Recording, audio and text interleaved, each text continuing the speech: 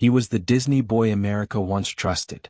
He became Snake Plissken, Wyatt Earp, and the steady face beside Goldie Hawn for over 40 years. At 75, Kurt Russell carries the steadiness of an old Hollywood face that never begged to be worshipped. But before the eye patch in Tombstone, Kurt had a different dream. It waited on a baseball field. Kurt Vogel Russell was born on March 17, 1951 in Springfield, Massachusetts. His father, Bing Russell, was an actor with the heart of a baseball man. When the family moved west, California placed Kurt near entertainment. But it also kept him close to the fields that shaped him. Baseball gave him dirt, sunlight, leather, and a truth no studio could soften. Kurt began acting when most children were still learning to belong in a classroom. By the early 1960s he was on television. Then Disney found him.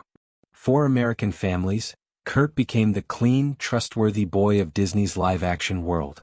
Adults saw promise. Studios saw reliability. Viewers saw charm.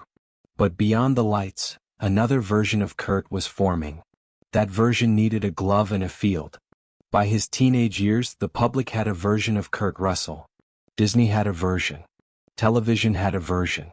But the boy kept moving between hot lights and open fields. That split followed him into adulthood.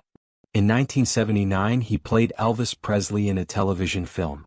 It was a quiet crossing from boyhood into weight.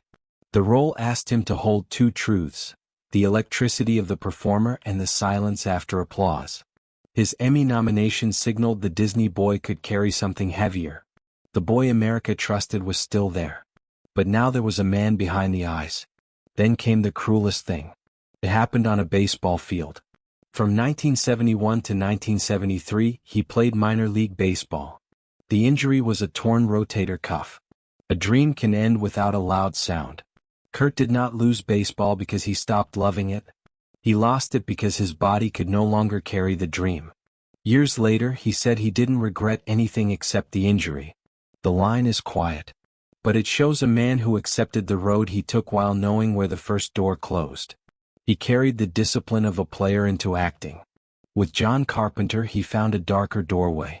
Snake Plissken, R.J. McCready, Jack Burton, Wyatt Earp. Each role removed another piece of the box Hollywood built around him. In Tombstone his performance did not need noise. It needed a man standing with grief under his hat and control in his jaw. Kurt Russell spent his career building something quieter. He approached acting with habits the game taught him. Arrive prepared, know your assignment, make people around you better. That code never creates the loudest legend.